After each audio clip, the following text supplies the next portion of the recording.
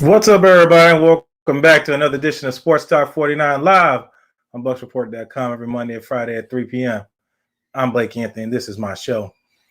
6 days away to Tampa Bay Buccaneers play at home in the Super Bowl against the defending champions, Kansas City Chiefs, and Patrick Mahomes, a.k.a., as some may say, the baby goat, playing the GOAT.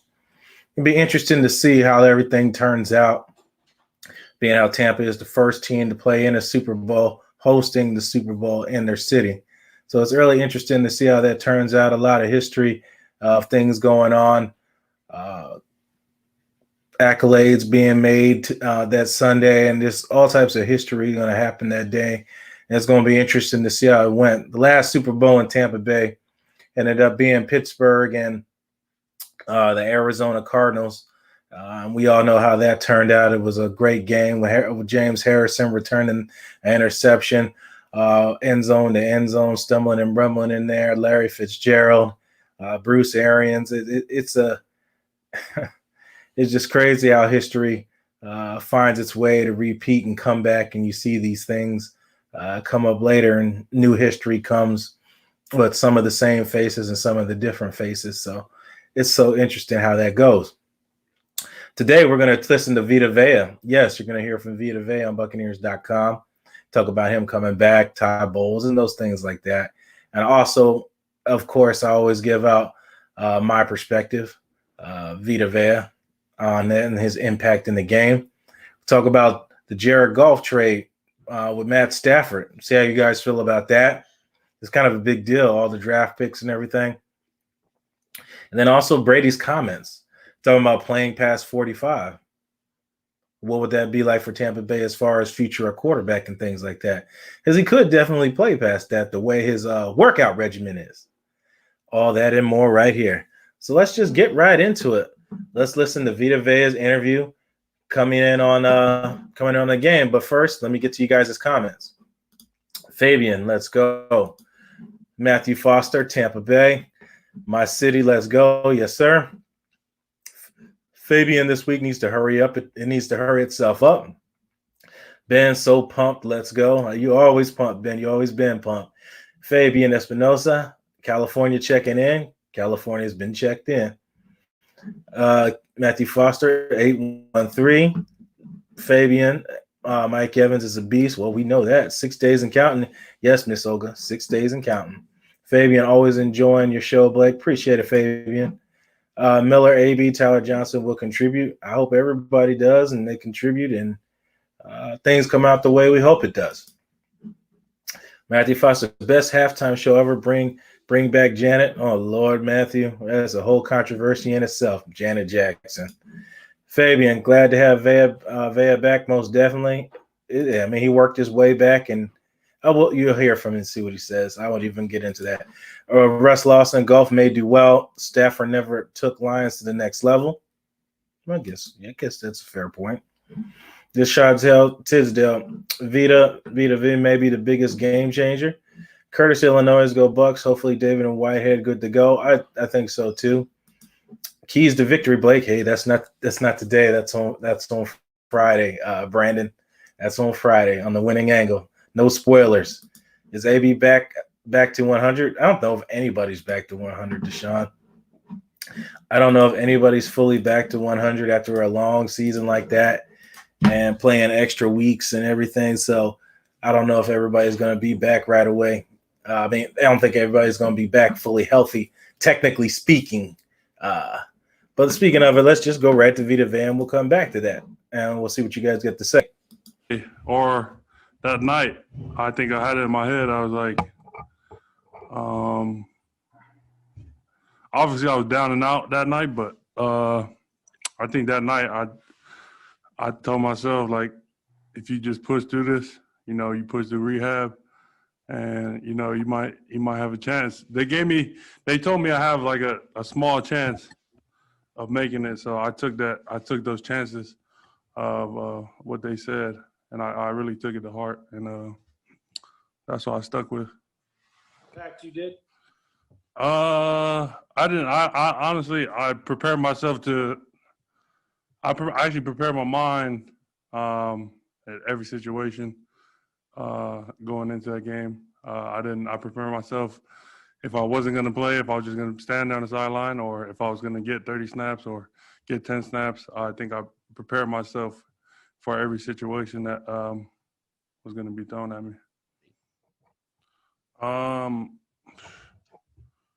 Well, I ended up getting Sue ended up helping me. He has like a chef that he has, and so I've been eating right with him, and also strength staff over here had me in the weight room 6 days a week, so there wasn't much room for me to fall off.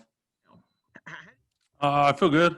I did my normal recovery stuff. Next day massage, hopped in the water, contrast, did all the right things. So I think doing those things, they had me feeling good, feeling fresh. I don't remember. I think I was getting the X-ray, and I was just wondering if we won or not, and then we went on the play, or we did our X-rays. They told me what happened, and then I think I was in good spirits though. I was down, obviously. I think the only thing that had me down was just the crutches, but I knew at the end of the day I'll be back. I kept telling myself I'll be back. Thanks, Vita. Yeah. We'll go to Jenna Lane. Hey, Vita. Great to.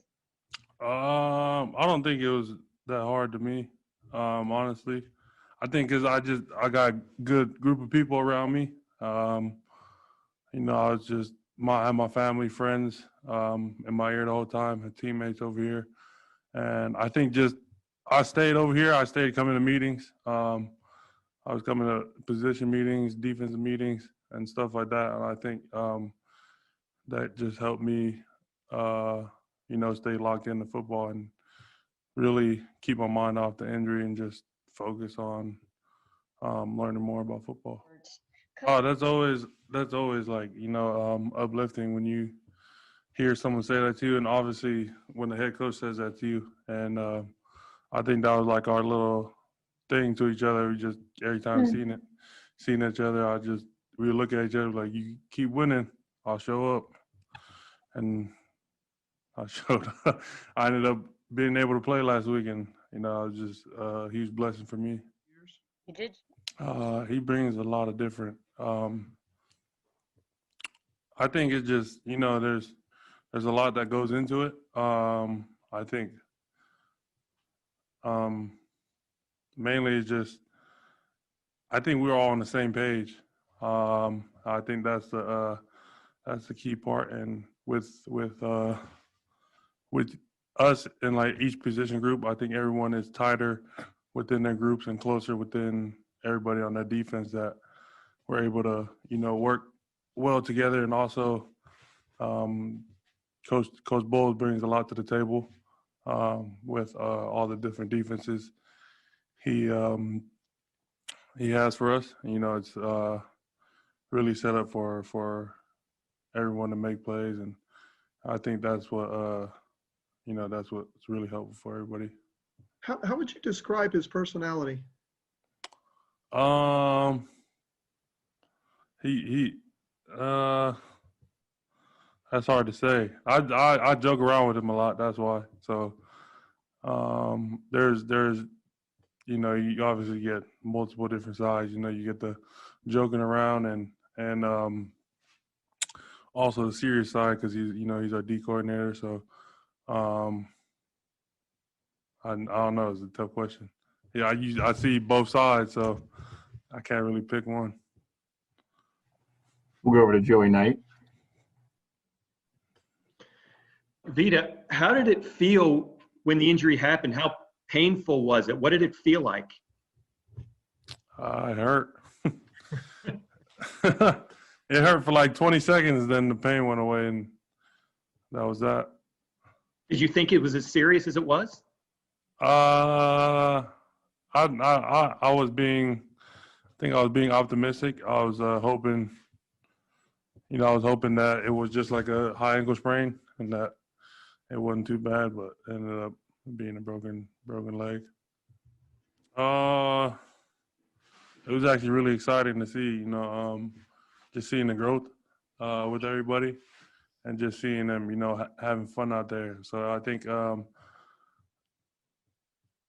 was really cool to, take a step back and really look at everything from a different view, especially watching on TV during the away games and being able to see the bigger picture rather than being, on the field and, seeing it as a player point of view. But I thought it was really cool seeing the growth between everybody and how much fun they were having. It means a lot. Growing up as as a kid, you grow up watching, the Super Bowl is like a big thing. Everyone's watching, all eyes on the Super Bowl, and it's just crazy. It's just crazy being able to, I feel like it still hasn't hit me yet, but it's just, I think it means a lot to me. Just knowing that leading up to this point, being able to watch it, leading up to this point, and just watching it from afar, and now you're playing in it. I think it's just really crazy, and I think just that aspect of it is just crazy. How did I think it laid down. He obviously helped out a lot, but a lot of people had a hand in this success. Obviously Coach King was a big part of it. Him helped me out with football at a young age and just helped me grow. But there's that saying, there's a village. It takes a village to raise a child, and I think there's a lot of people out there that really help for me to be where I'm at now. So I think just learning from everybody in in my upbringing, I think that really helped me out a lot. So he's an amazing player. He's not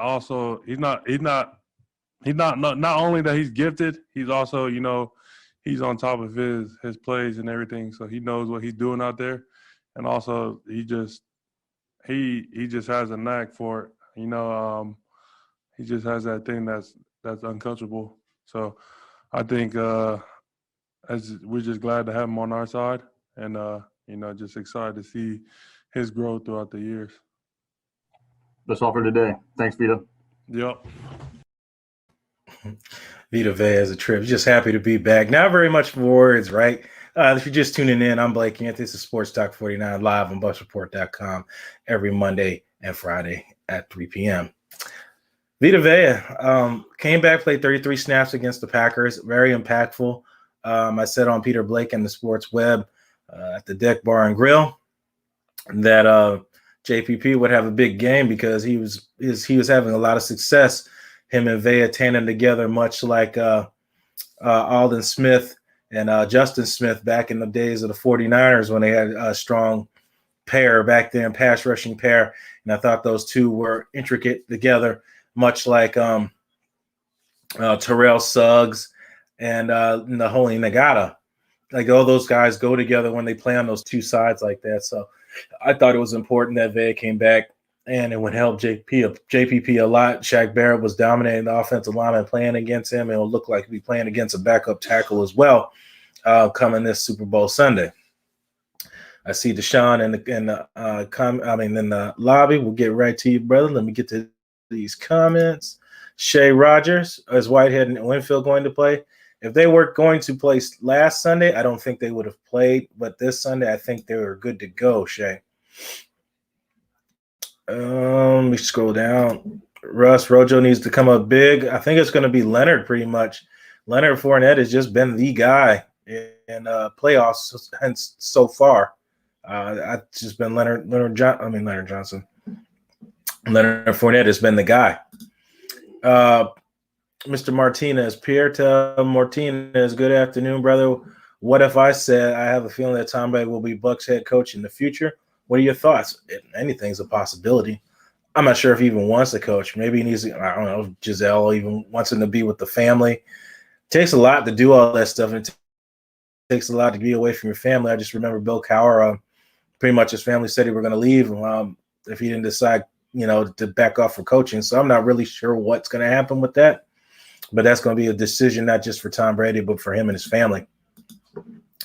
You can Ben Israel. You can Ben Israel. Real Bucs fan, no.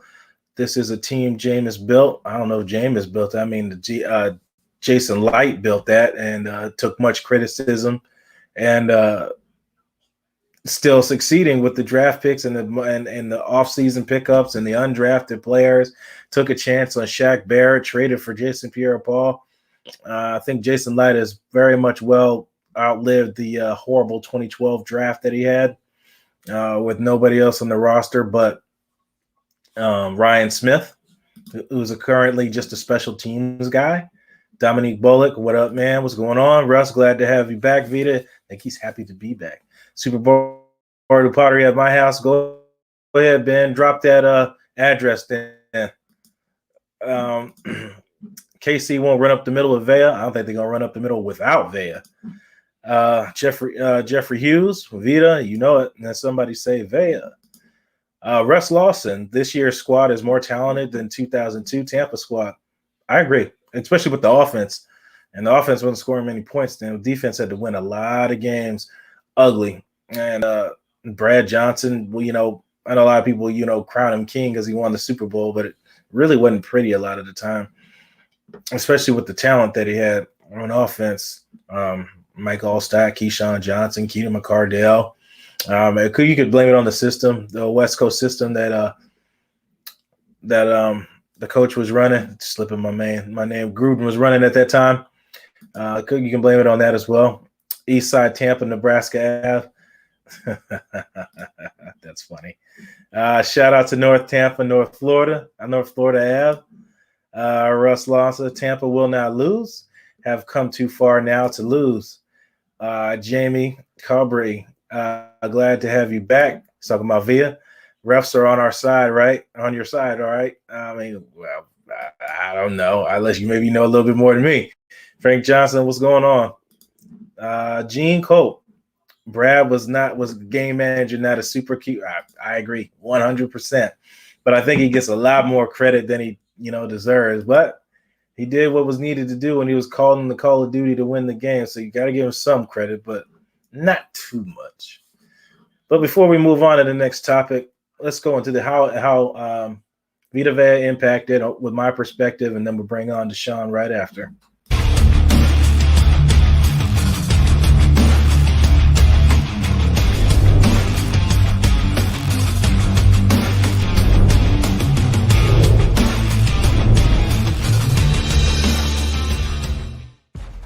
The return of Vita Vea. Let's check out how important Vita Vea is to this defense, being how he didn't play the Packers the first time, and the Bucs still have much success getting after Aaron Rodgers. So let's see what happens now with Vea in, along with the 2 pass rushers that they have there, and see how he turns out. Enjoy. Vita Vea on this play is playing the nose technique, or the zero tech.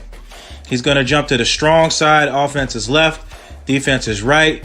Gets immediate force going. And now it's hard to stop a man of that size moving that quickly. The guard cannot set his feet and get an anchor going. Vea is just shoving him back, driving his legs, getting him all the way back to Aaron Rodgers, forcing him out of the pocket. That leaves Shaq Barrett time to break off the offensive tackle's block and get an easy sack. Way to go, Vea. The importance of Vita Vea isn't the fact that he can just clog runs and take up space. It's his ability to get to the pass rusher, and that is what the Tampa Bay Buccaneers were missing since Week 5 when he went out. On this play here, Vita Vea is playing what is known as the one technique, and he's going to jump over to the other side of the gap across the face of the guard, get immediate upfield pressure and force Rodgers to throw a pass, but it's completed. But Vea's pass rush ability is something the Tampa Bay Buccaneers need, and they're going to need this against the Kansas City Chiefs. See how he punches the offensive lineman there? The offensive lineman can't stop him, and he gets right to Rodgers. On this play right here, Vita Vea is at the 3 technique, which is just outside the guard's shoulder.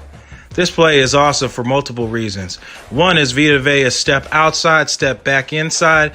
Just got this lineman going on skates. He cannot control Vea at all in one-on-one coverage. Gets back to Rodgers, forces a pass to the running back, and then on this play, Jordan Whitehead lays the boom! Game over. On the running back, gets a fumble. Sheriff White is always on scene, scoops up the fumble with one hand and takes off while Jordan. His last play here, Vea is playing the one technique, and he absolutely dominates the offensive guard and shoves him all the way back to the quarterback. Piggy rolls him on his back. Rodgers able to get out the pocket and complete the pass, but Vea shows you why his presence cannot be replaced.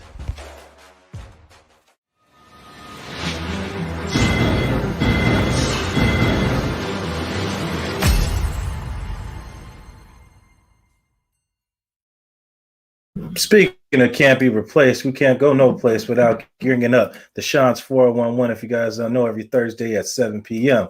Welcome, Deshaun. Hey, what's up, Blake? How are we doing today? Doing good, sir. How are you?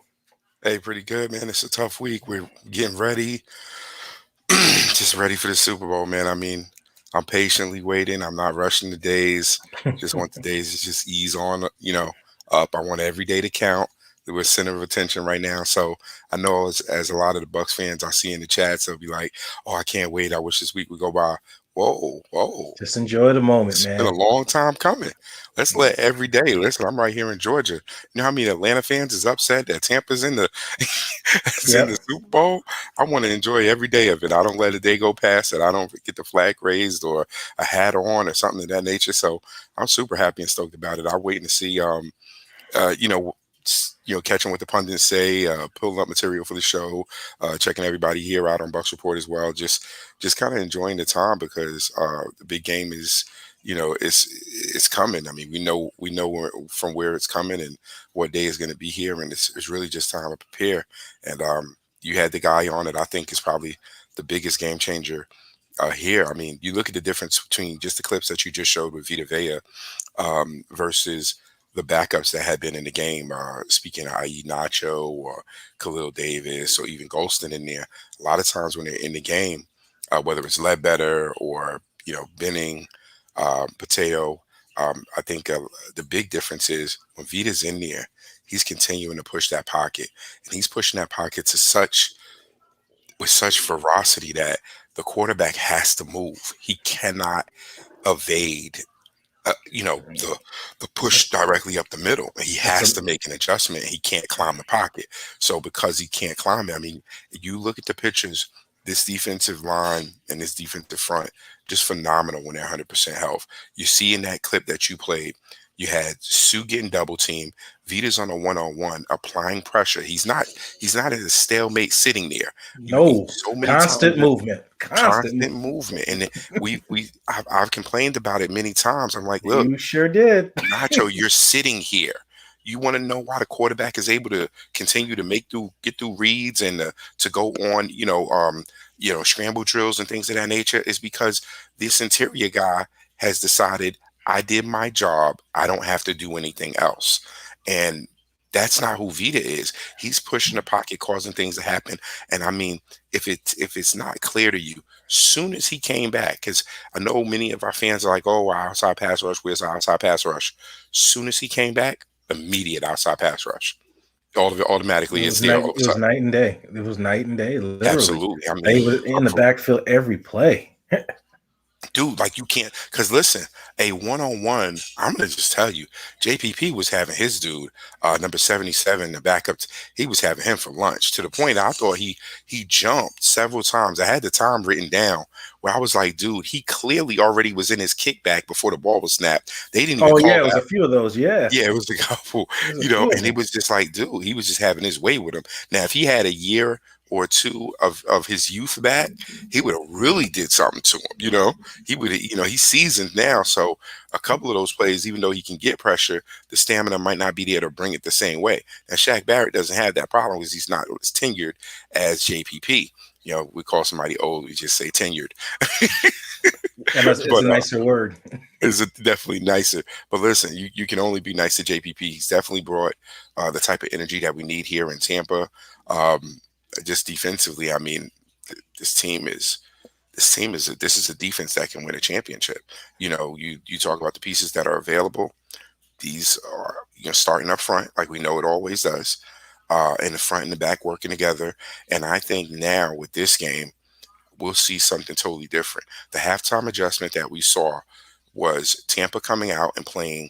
The last time we played the Chiefs, Tampa came out, of course, no Vita, but Tampa came out and played the Chiefs like anybody would play the Chiefs, not trying to go too far and things of that nature. This time, at the halftime of that game, you saw Todd Bowles go, hell freaking no, you are not going to beat us with this dude. You beat us somewhere else, but you will not beat us with him. And once that was taken away, then I call it, when teams in basketball, and you watch basketball too, but teams got that long game and then they'll go to their short game, right? Mm-hmm. Okay, we can't beat you here. We'll get these quick in and outs. And now watch Andy Reid, because they wouldn't be even where they are right now that they did when they beat Tampa for that first down in the game against Tampa. Mm-hmm. They went to the quick out with Tyreek Hill to the outside, little comebacks, little slants and things like that, just to get him the ball and get him out of bounds, to get first downs. They know you got to respect they know you have to respect the coverage, right? But when you're bracket coverage of him, you got your man impressing somebody right behind him, and there's no way that you're going to allow the quarterback get in that slot. Listen, I don't know if you're going to see as much too deep coverage. I think we're going to see, with twin safeties back, I think we'll see a lot more single high with a heavy shade, extremely heavy shade, meaning no space for, those gap windows for Tyreek Hill to kind of run over there. A true single high safety, I just feel Mahomes just picks that apart way too well. And it's too far of a distance to close in on when you got a dude streaking up the field. And then the next thing they'll go to, much like many teams, is we can't get them off there. We'll go to the slants. I mean, most of the teams in the NFL doing the exact same thing. The Saints do the same thing with Thomas. If we can't get Thomas to get these comebacks, then we're going to go slants, and we'll go slant him all the way across the field if we have to, just to put the ball in his hand. Well, I think that this Tampa defense has clearly shown that they could just stop what you do. The way that Green Bay was kind of just handled. I mean, Scantling was not who you're scared of when you go against Green Bay, Correct. So if the ball had to go to him, it had to go to him for a reason, and I'll take him beating us than your Pro Bowl stars beating us, So this week we'll see what I'm sure the defense, they'll try and come out, and they don't want to be one-dimensional against this pass rush, because guess what? If it works for other pass rushes, it's going to work for us the same way. If we know you got to pass the ball, you'll see our rotation be a little bit different in there. I just feel like this week we'll see a team that will come out offensively in the Chiefs and try to, they're going to try and do what they do. That's what Andy Reid does. But I believe that they will also try to get the running game going with, I think Edwards-Helaire is back, and then, Bell should be. I think Bell is also back. They'll try to get that running game going, but it's a different beast with White, Vita in there, and quiet as kept. I know you had him on the past 2 weeks, but the agent for, I'm thinking Levante's agent. Oh, Ron. Levante just hasn't shown what I thought he was going to do, but the big game's there. And sometimes we're talking about stats. He might not hit the stat sheet, but he's definitely played, right? And he's definitely done things that is necessary from a coaching angle, just not something that all fans can see.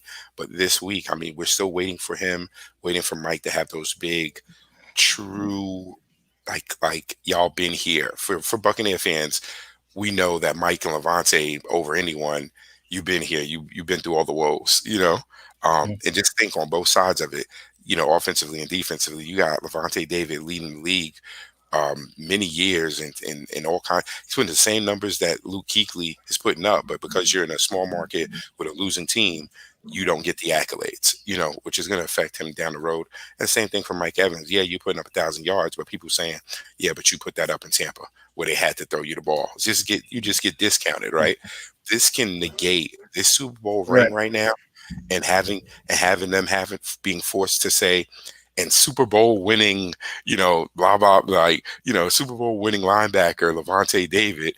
Dude, they got a ring to it. Super Bowl wide receiver Mike Evans. They're gonna, when they have to say that puts a little, that gets you a little half a star next to your name. It pushes your weight up a little bit, and I think that's what these players need. I love to see Levante David back here in Tampa again this year. No, nothing solid on the contract just yet, but I just think he's just one of those pieces, and to be honest with you, I don't see a young linebacker that can really fill the shoes right now out there that we would be able to pick up. Anything we pick up right now is going to be diamond in the rough.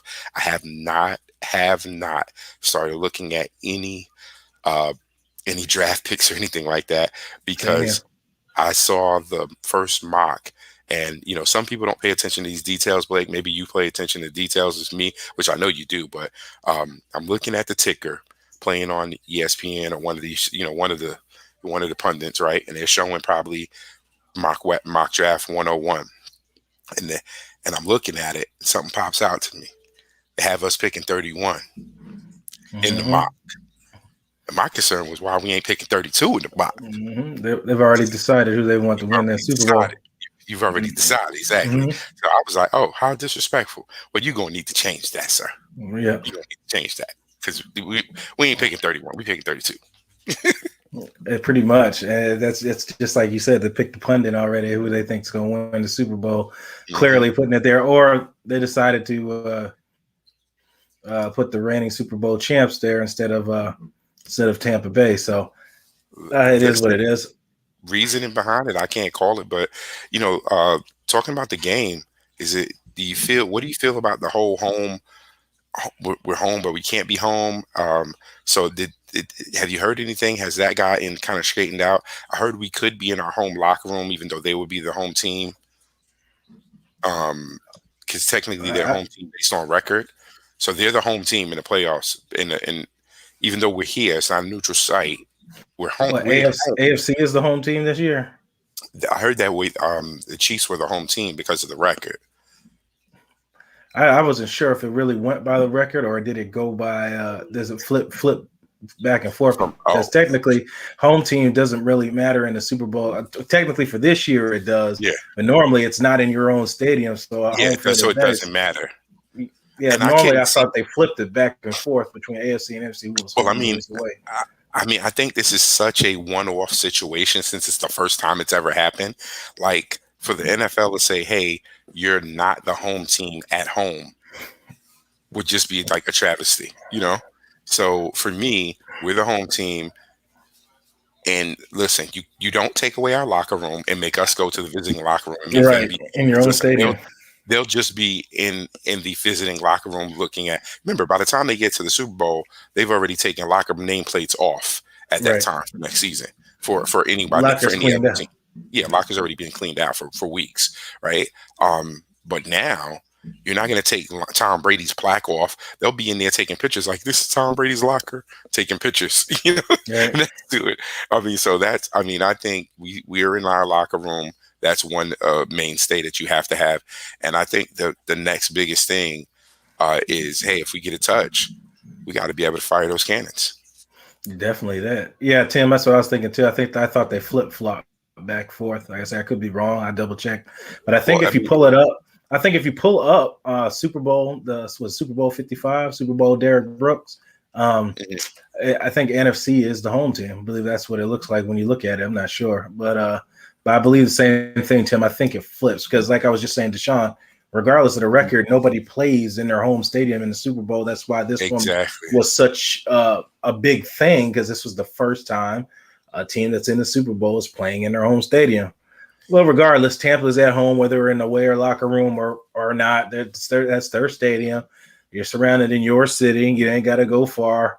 Slept in your bed last night. Yeah. You saw your wife and your kids this morning. You didn't have to leave 2-3 days early. You saw everyone. You're home. You got your main breakfast from the bagel shop that you normally get it from. Routine's the same. Routine's insane.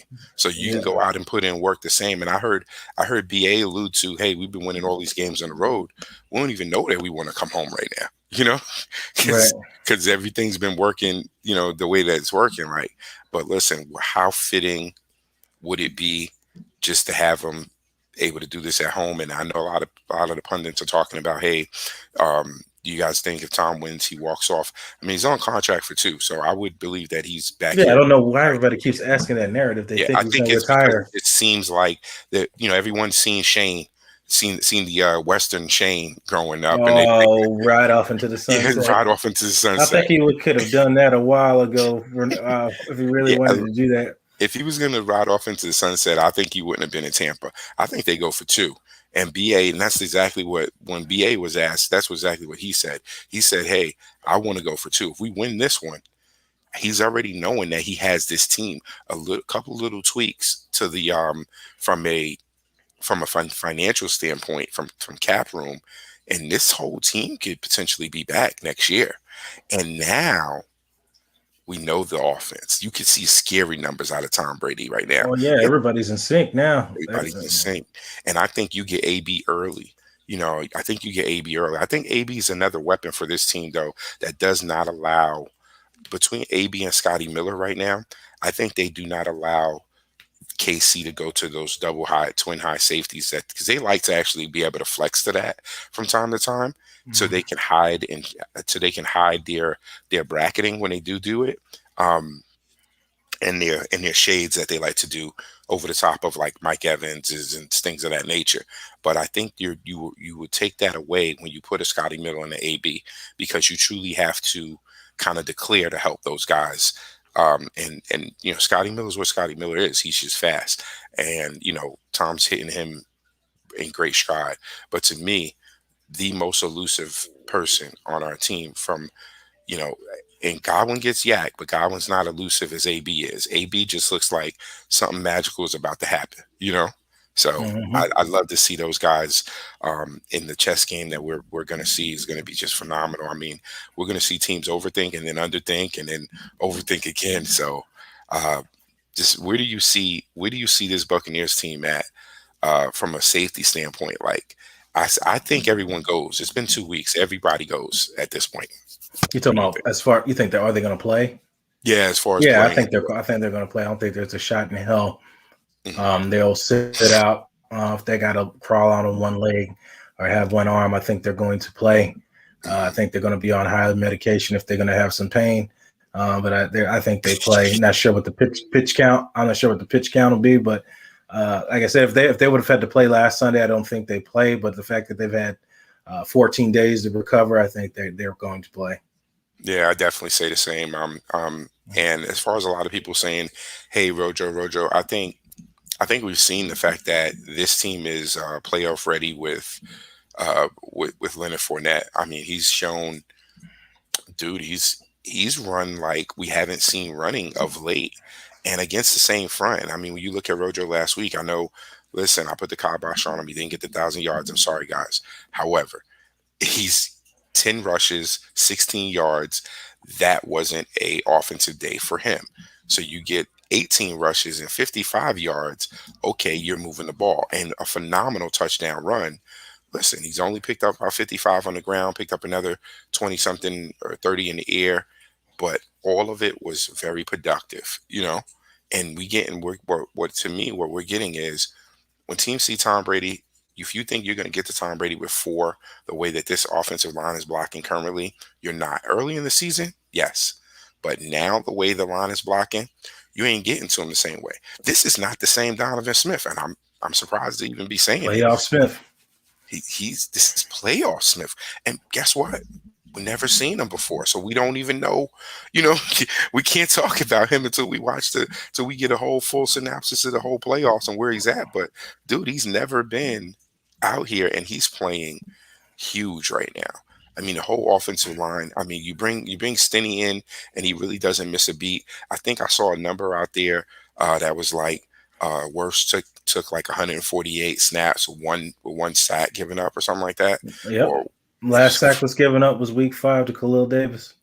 Oof. Khalil Mack, excuse me. Dude, I mean, and that's Mack. That's Mack. And he was blocking him on that play. It's just Mack just got the best of him. Dude, come on. I mean, so we're talking about he was a bona fide pick. Just that was a valid. That's a slam dunk starter. Slam dunk. He made. I mean, it's real young in his career. We don't know how injuries, if they ever do get him. Knock on wood. Hopefully they don't. But he's been phenomenal. Now, I mean, you go with whatever picks have to be picked up next. But I was a little bit worried with our boy last week. I'm thinking A.K. Dobbins, but not Dobbins. Running back out of BC. That was AJ Dillon. AJ Dillon.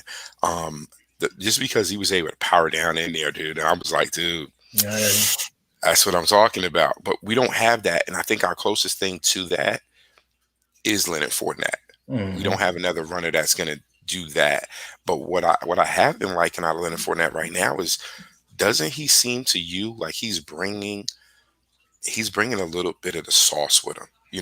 He doesn't look like he's bringing, like I'm just getting my runs. Right now, he looks like I'm running because I like to be back in Tampa next year. What's your opinion on that? I think everybody wants to come back. I think everybody is meshing well here. No, but that's the thing about the NFL is with contracts and everything. So not sure how everybody's going to be willing to bend as far as contracts go. It was as expected. Shaq Barrett didn't get 19.5 or anywhere close to 19.5 sacks. He's been kind of up and down all year. He's been really stout in the run game, but fans only pay attention to sack numbers. Jason Pierre-Paul has 1 year remaining on his contract after this year. So it's going to be interesting with those, what you're going to pay. You're going to bring Sue back, or do you bring in a guy like Hicks out of Chicago that's a free agent who offers great run stopping ability and pass rushing ability that could play in this system? I mean, there's a lot of questions what's going to happen this offseason. J.J. Watt possibly as well. That's who I was thinking of. Yep. Do you bring in a ring hunting J.J. Watt? He deserves it, man. He deserves it. Workhorse. He would fit with this team. And you never say anything about off the field with him. He's just gonna bring it constantly on the field. And what does a JJ Watt look like next to a Sue or with a JPP in a rotation that we can move? Our stunt game on that side with a Watt and a JPP or a Watt and a Shaq Barrett looks completely different than any other player that we can run stunts with. Oh man, it's if he comes in here, he demands double teams himself. Now if all these guys are getting singled up blocks, you're just going to have a sack party back there and quarterback hits all around. And you got DBs that know how to play with the amount of pressure. That's one of the things they could be aggressive. Yeah, with the ball coming out fast, you can get a Sean Murphy Bunting playing the way that he plays, because I could press you up and stay real sticky on you. The DBs love to get real sticky around that 7-8 just before they got to fully release you. 6, 7, and 8 yards, they can still be sticky on you because they know if you're making a cut or a turn here, I could jump and get underneath this route. And that's what I felt like, Sean Murphy Bunting has done. All of his interceptions have been right around the 6, 7, 8 yard sticky zone. This is where you're impressed man, but you continue to kind of just stay on the receiver. That makes you so sticky, because if they make a cut in that zone, you're already there to undercut it. And I mean, at this point, we'll have to get with Harry the Greek to go with odds. I'm not really a gambling guy or betting guy, but I say the odds are he gets another pick in this game, since he's got a pick in every playoff make game it so all far. 4, right? Why not? Make not? it Connect 4. Call him the Connect 4 man. All 4 in a row. So you take him, and you take your boy Devin White. That's probably going to come out here and have another double-digit tackle day, and who knows what else he has. Phenomenal in the playoffs right now. Young man looks like he's going to be another star. Obviously, he's a star for us already. And I'm not someone that appreciates likening anyone to anyone else. I know this is the double nickel Super Bowl, but he's going to be the next Devin White for us. That's who he's going to be. He's already showing us that he's going to be a Pro Bowl caliber guy. If he's snubbed again next year, fool of them. I'm wondering right now. Don't even mention Pro Bowl. Let me just ask you this: are we getting enough right now? We win the Super Bowl. Is Tom or anybody on Tampa, for that fact, getting a Madden cover? Ooh, Madden cover. Right I'm now always we scared of those. Madden cover. So the first thing that we know is that they're kind of holding. Probably Rodgers, league MVP, right? Rodgers, league MVP was Rodgers. Yeah. So okay, well, but home Super Bowl, home. This is still the 2020 season, so everything is kind of up in the air and weird. Will they make anything? I still don't see numbers moving for Tampa right now on Madden, so they still haven't moved. We're still not the best team, even though we come out and beat the best teams, so scoring 30 points a game. It's still not good enough, obviously. Still not good enough. 9 sacks to the middle linebackers, not good enough to make Pro Bowl either. But what do we know? So yeah, you just have to make it undeniable. So when you win the top, when you're at the top, and it's undeniable who we are, then we can have a conversation. But it's like we got to see whether it's undeniable. So what? Coke Cards, and then you say rise up. I'm confused. I thought that's the Falcons. Yeah, the Falcons are rise up, not the Cardinals. Explain yourself, sir. Explain yourself, sir. That one's confusing there. Somebody said Gerald McCoy. From what I know, talking to somebody who's very close to Gerald McCoy, I think he's coming back to Dallas, if I'm not mistaken. But right now, he's got to come back with a contract. He's got to come back with a contract is available. That's the first thing. I think there's a little bit of, I know people say, hey, bad blood is only bad blood until a contract gets signed. From a pro getting paid standpoint, it's all bad blood unless we can negotiate something that's better, right? I just don't see everything happening. He would have to wait for Tampa to get back in Tampa, and it's not in his best interest to wait for Tampa. He needs to go out and get signed by whomever. Now, if we get an immediate out of Sue that he's going to retire, then I can see that opening up the door, right? But who knows? Yeah, or him take like a team-friendly contract, $2 million deal or something for 1 year. That would be a great rotation player. Wouldn't be mad at that. Prove it. He'd have to take a prove it deal, and then we would probably see them limit the number of pressures to him. And guess what? When he was here in Tampa, he was forced to be the man, and that just wasn't his who he was. No, he was. Yeah, he just wasn't that. Listen, I don't mean it to be funny, but his favorite comic book character is Batman. Batman doesn't come out and show you who he really is, all the time. He does his stuff from the shadows. Right. Yeah, it's in the shadows and the Batmobile. Yeah, so he don't want to be on front page. He just wants to do his work and let the result be the result, but he doesn't really show you, right? So I'm looking on it and thinking, he's definitely someone I see watching the team every time he's cheering us on. So he definitely Yeah. dude has love for Tampa, no question, man. Family's still here. Family's here. He loves the city. He loves the city. I could definitely see him, but there's that little piece of wondering, could it be mended with this team? And forget could it be mended. We're just talking about bringing this guy back. Does he really fit the system? I feel like he could play it, but does he really fit the system? And where would you have him at? Would he replace his two for you? Same techniques, they're generally the same. You could like depending on what he wants to come in at, you could keep Sue still and keep him. If he comes at a fairly cheap deal to make a Super Bowl run, play with on a highly veteran team. Vets, like you said, he didn't want to coach youth anymore. He won't have to. He just come in here get his whatever 20 snaps a game, whatever it is, at a minimum contract. I mean, I wouldn't tell it no if that's what he would want to do as far as depth purposes. Yeah, I couldn't see because listen, we don't. But with Ledbetter and O'Connor, they're kind of flex ends for us. They play inside, they play outside. Right. I say we would keep Khalil Davis, bring him in, maybe get rid of one of those two players just from a contract standpoint. Nothing against you, those guys, if some family members are watching or whatever. But then Stu also is someone that has to come back at a number, because at some point he ain't gonna give us. We're just not going to get him for the cheapest veteran minimum. He's still a player that could do something. He's off of an injury. The body's not taking a wear and tear this year. Nope. But he has had some injuries, so we can negotiate those things. Definitely depth or rotational player I could see him being. But I think one big factor for him coming has to do with Sue and whether or not Sue's here. Now, I'll tell you this, as of being late in the career, to me, he has more quick twitch and the more ability to move, if you will, like seeing him run to the sideline and seeing Sue run to the sideline. Sue just looks like I'm just too big for this. Sue's not interested in any pass as far as chasing quarterbacks down. Yeah. He's strictly run stuffing, and if the quarterback falls in his lap, he falls in his lap. Exactly. And if he has to run for you, Sue's going to push you. Sue is one of those linemen that if you made me run over here, I'm gonna you're push getting you. hit.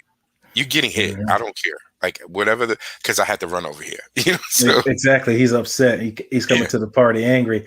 Is McCoy a 3-4 guy? I mean, in the 3-4, you saw me play Vita Vea. He played the 3 technique, which Gerald played a lot. It's possible. I mean, he could fit in there. He had 6 sacks, the same as what he had here in Tampa, with playing a 4-3 system. So he's been productive getting in the pass rush. Like I said, he's not a huge run stuffer, but definitely he's a good pass rusher, and that's always what Gerald's been good at. He's a great pass rusher. But listen, he would be to me depth and rotation. Yeah, that's pretty much it. So then the option for us is you pick up a rookie, you mend that with Khalil Davis, who's giving you something. Maybe Benning Pateo has shown you enough to stay on the squad.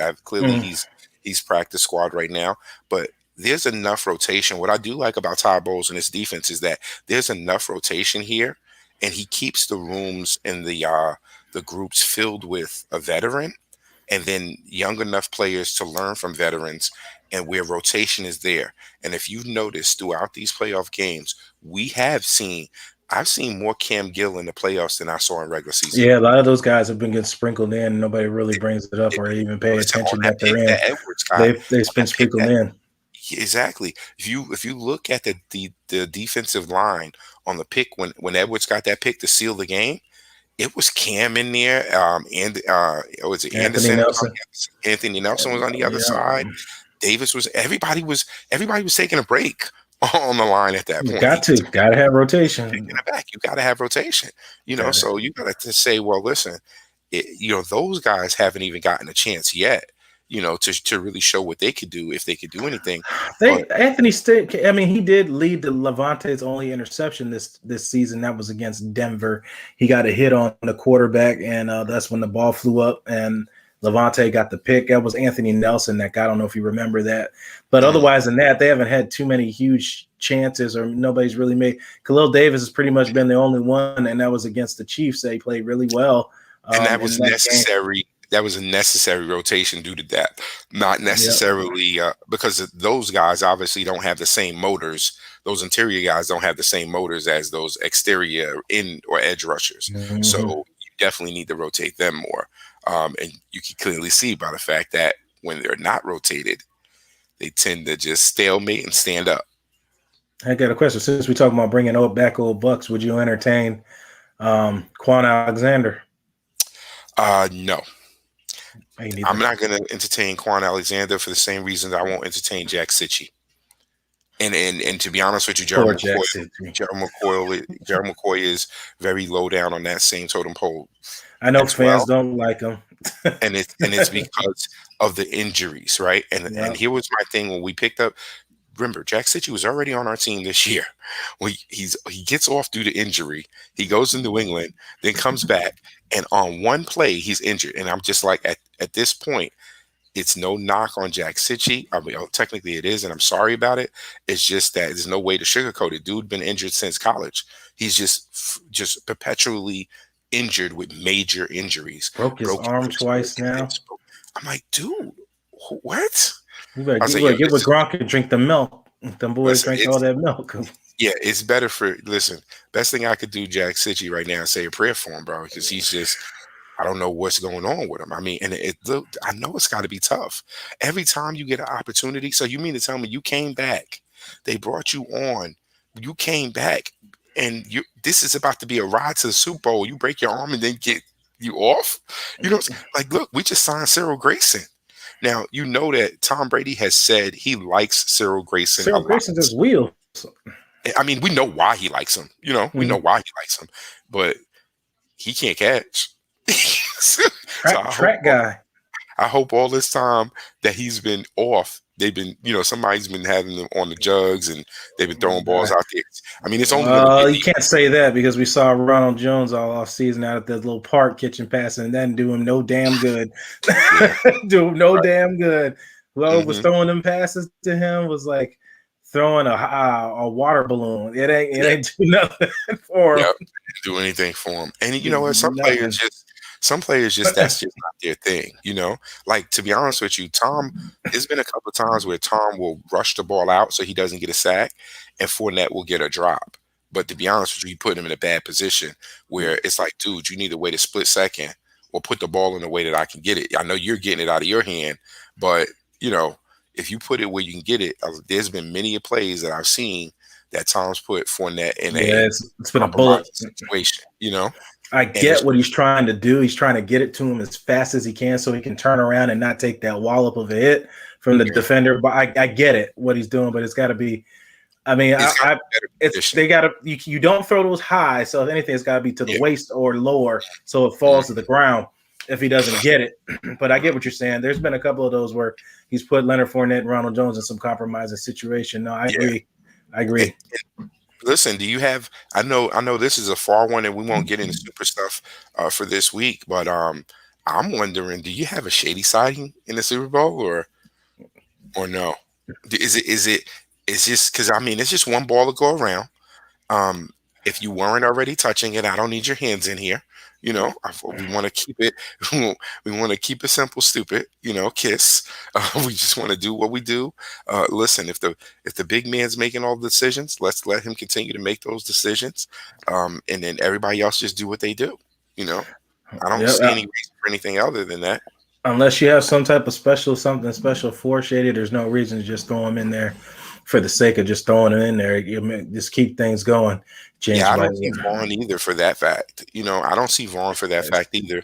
I think they just get blessed and are lucky to, there's a lot of extra check. We look at the numbers. They've been putting the numbers out here about what Tom's getting. Everybody's getting extra playoff checks. So they're all happy. Yep.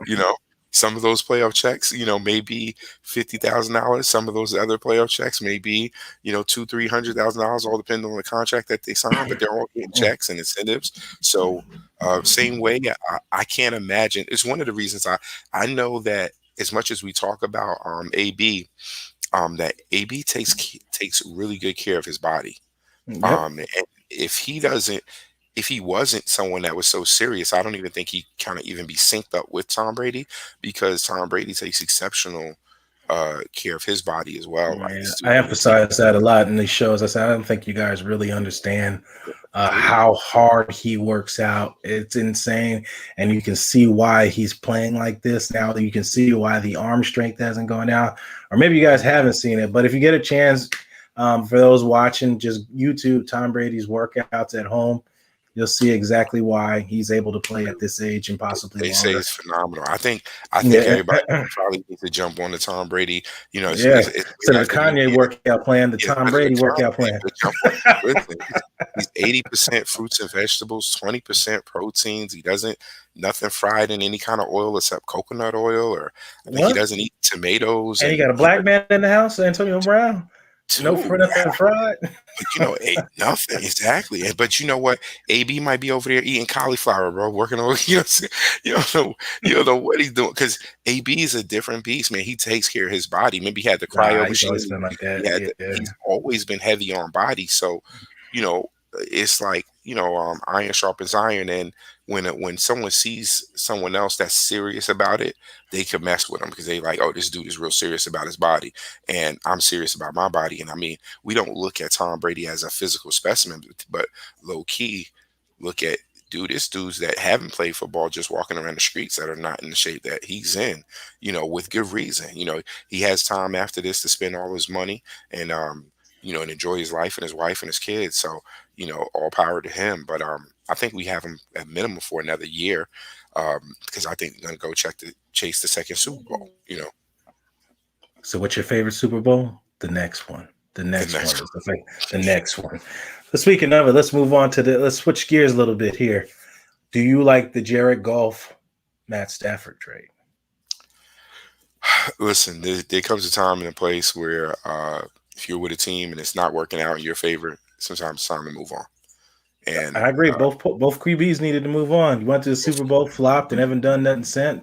Stafford it's Detroit. I mean, what else do I need to say about Detroit? But do you know the real reason why this trade got forced?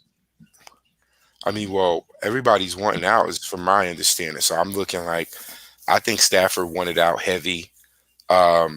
And I think they were ready to move Goff anyway. So, I mean, it just, to me, that's like a match made. And I think Goff was actually a throw-in, to be honest with you. I think he was more of a, we have to get you out. What if I told you I have a message that Goff wrote in the team chat about the coach's wife? Check it out.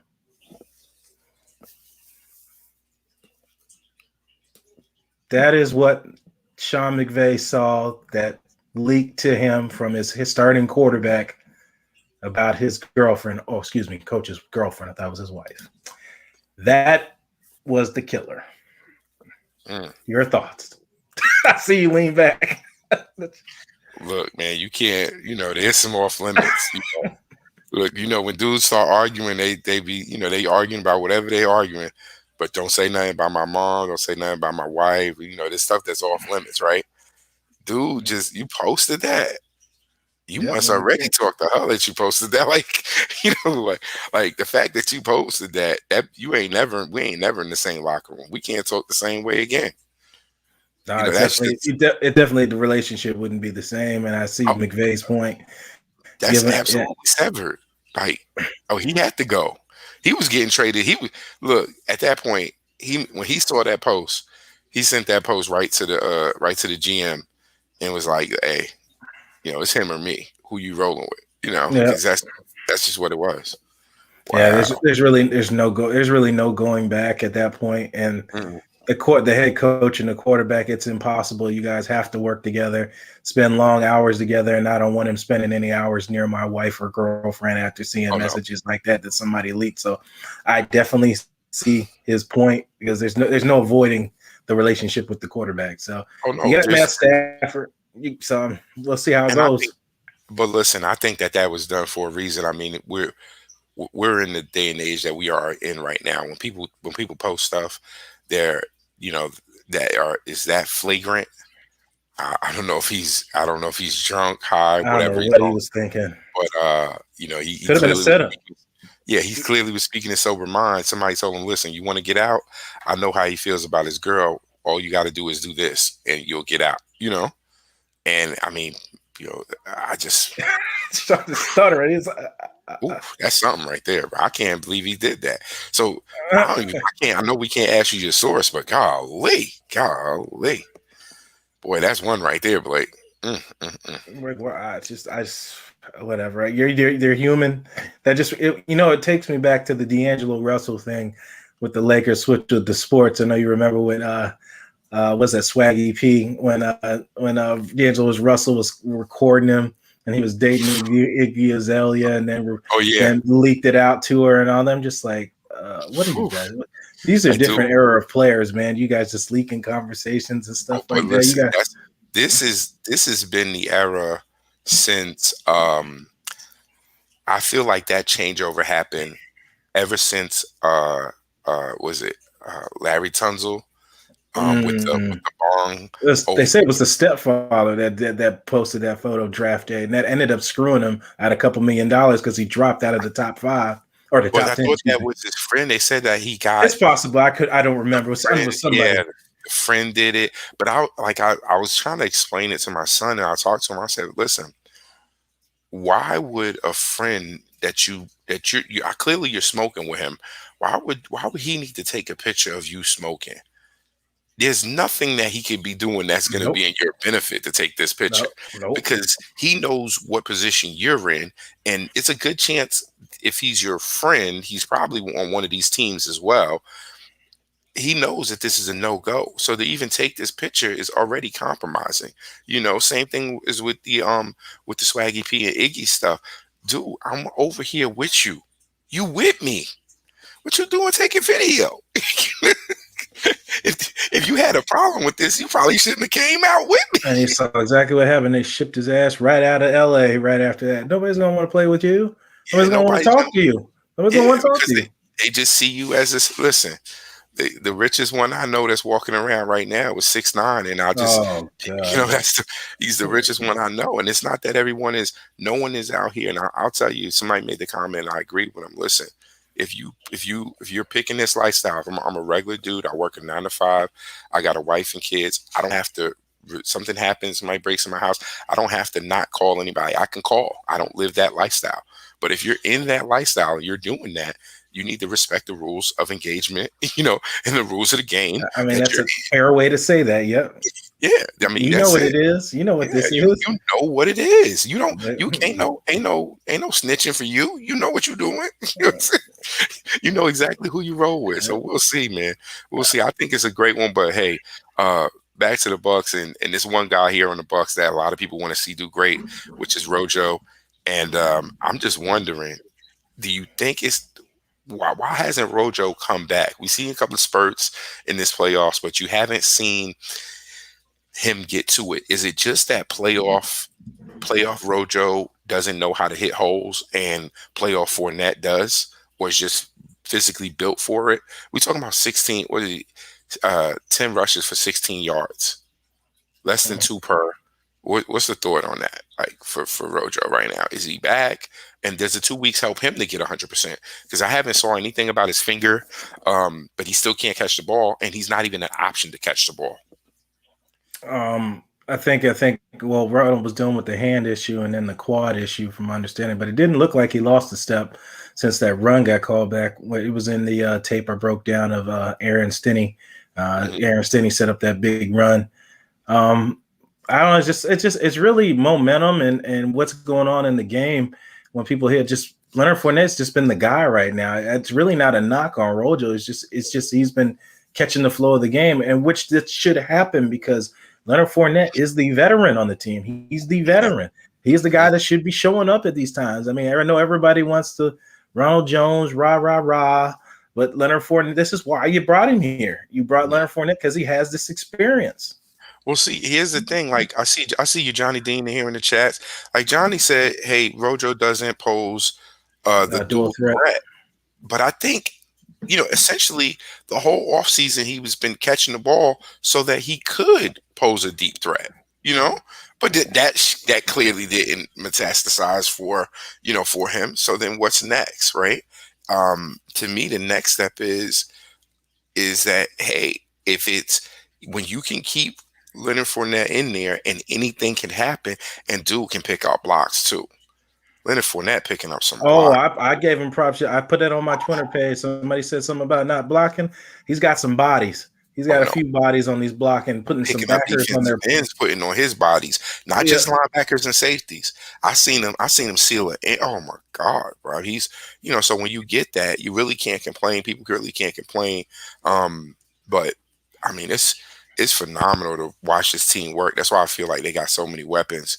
But hey, Blake, I got to go ahead and get out of here. Let me let the people know where to find me at. Yep, go ahead. All right. Hey, guys. Once again, this is Deshaun Tisdale of Deshaun's 411. Catch me out here this Thursday right here on Bucs Report from 7 p.m. on Thursday at Deshaun's 411, where we'll be going over this week's playoffs and our keys to victory. Yep. We'll see you then. I'll see you Friday. All right. For sure, you'll see me here on Blake Anthony Sports Talk 49 right here on Friday as we also go over everything, the breakdown for the game. Yep, It's last one. Enjoy the week. Enjoy the week, guys. We're ready and we're hyped for it. Let's go. Fire those cannons, Bucs fans. Fire those cannons. See you, Deshaun. Sean Tisdale every Thursday at 7 p.m. Yeah, man, it's crazy to say that. The last one, the winning angle of the year. All good things have to come to an end, unfortunately. But what we got coming up next? So what do you guys think? What's the over/under? You guys put in the comment section over/under. Brady plays over 45. What do you think? Over or under? Plays over or he stays at 45? Yes, no. I think he possibly might. I think if they win this and play really strong next season, I think he possibly might stay. But it's going to be pose a good question on what's the quarterback situation in the future. Yeah, I'm thinking so too, guys. I'm thinking so too, Natty and Johnny. And I appreciate you guys bringing some great quality content here as well. Fournette and Sue are considered a bit salty, at least up here in New England, but they seem to be great teammates, misunderstood, or just enjoying the Florida lifestyles. Lower taxes too. A lot of people come here, Natty. Not sure if you knew that. That's why a lot of people like to come here. Then, of course, the weather. I mean, you can't really beat that, right? I have somebody. I'm trying to get a former Buccaneer, Caleb Benina, who's currently in New England, so I could shine some light on what's really going on there with the Cam Newton situation and things like that. Of course, it's not Bucs oriented. It'd be just more, a sports talk thing. Just to get a better insight of what's going on in the league and stuff like that. Fournette and Ronald Jones have been in the league same amount of time. What do you mean veteran? Did they come in the same draft? No, they didn't. Did they, Johnny? I just keep thinking Leonard Fournette's just so much older than him for some reason. Maybe I'm just tripping. But, I mean, if you want to say veteran, I guess you could say who's been in the playoff team before. There you go, Johnny. He's been in a playoff team before, but Leonard Fournette, I mean, didn't start off hot. Ronald did, and now Leonard's coming out in the playoff mode and playing well, much like Donovan Smith and many others. Over, I think, 47. I think so, too. 46, 47 area. Yeah, everybody got over. I think so. I think if they, especially if they keep everything together, I think that works. Jameis to New England, our local sports station, WEE, is that one or I? Is all Brady and Gronk all the time? Yeah, like I said, I'll let you know if you follow me, Natty, on my Twitter, if you have that, or IG, Blake Anthony 49. I'll let you know when I have those guys for an interview, and I'll ask them some questions that you might have about New England. If you want to figure out some information, because I talk to a lot of these guys as much as if you follow me on my IG, Instagram. It's the same thing, Blake Anthony 49. I have lots of interviews from pretty much a lot of people. I just like to get perspectives of things and stuff like that, like Jets wide receiver Vincent Smith and a new head coaching hire and rumors that his old quarterback where Vincent played for in Houston, Deshaun Watson, might come to the Jets. Who knows? There's lots of speculations going on with that. Oh, excuse me. To clear my throat. Yeah, we'll end it today, and I'll see you guys Friday. Going to give you guys a great Friday show. I'm going to try to bring on Ron and everybody else. And whoever else I can for the Friday show, because it will be the last one before the Super Bowl. And sadly, that's just what it is. It just finally comes to an end. with all this going on, and you have Peter Blake and the gang, the Sports Web going at the Deck Bar and Grill, Isla del Sol. I can't speak any highly of Cedric Robinson and the gang there. They're very friendly and it's just a great fan experience there. And they just Bucs Report is very blessed to be able to go there, and it's set up by everybody here at Bucs Report that put in their work all year long. So it's been a great year. And I appreciate it, Natty. Appreciate your comments and everything. Sometimes you guys remind me of stuff I wanted to talk about and I forget. So you guys, like I said, you guys are important to these shows, and anybody you guys watch, and she should give you guys a lot of props as well. On the content you bring, just like we bring. I'm only the guy here that talks, unfortunately, and try to bring you guys stuff and remember what to talk to while running all these gizmos and gadgets and stuff and try to make everything look pretty. That's all I try to do. But a lot of you guys are really important, especially, you know, longtime veterans, Ben and Johnny Dean and all you guys. So I appreciate all you guys coming on. But we'll end this as we always do. You're the master of everything. What you do with your life, what you do with it is entirely up to you. Thank you guys. God bless. And as always, fire those cannons.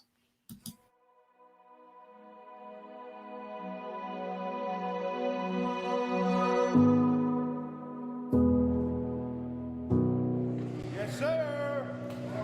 Them are my dogs.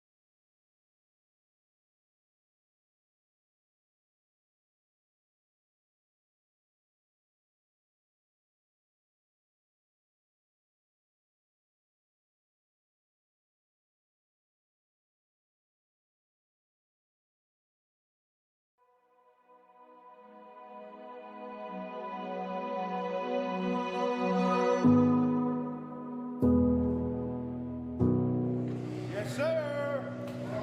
Them are my dogs.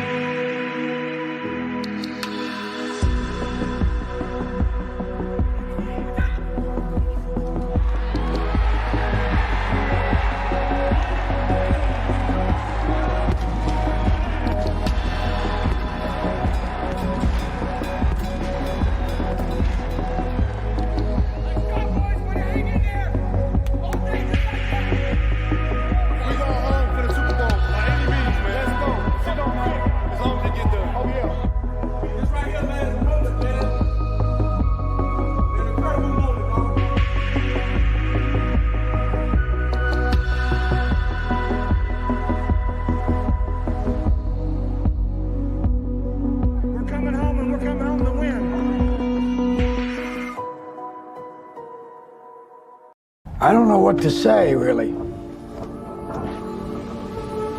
3 minutes for the biggest battle of our professional lives. All comes down to today. Even we heal as a team, we're going to come. Inch by inch, play by play, till we're finished. We're in hell right now. We can fight our way back into the light. We can climb out of hell. 1 inch at a time. What the man you a fight for? Just everything you got today. Not because of the Super Bowl, but because when this game ends, you'll have a brother to call for life. Knowing you gave everything you had. And I'm gonna make the play or I'm gonna watch the play be made. It's simple. Fight your fight. It's our fight to fight.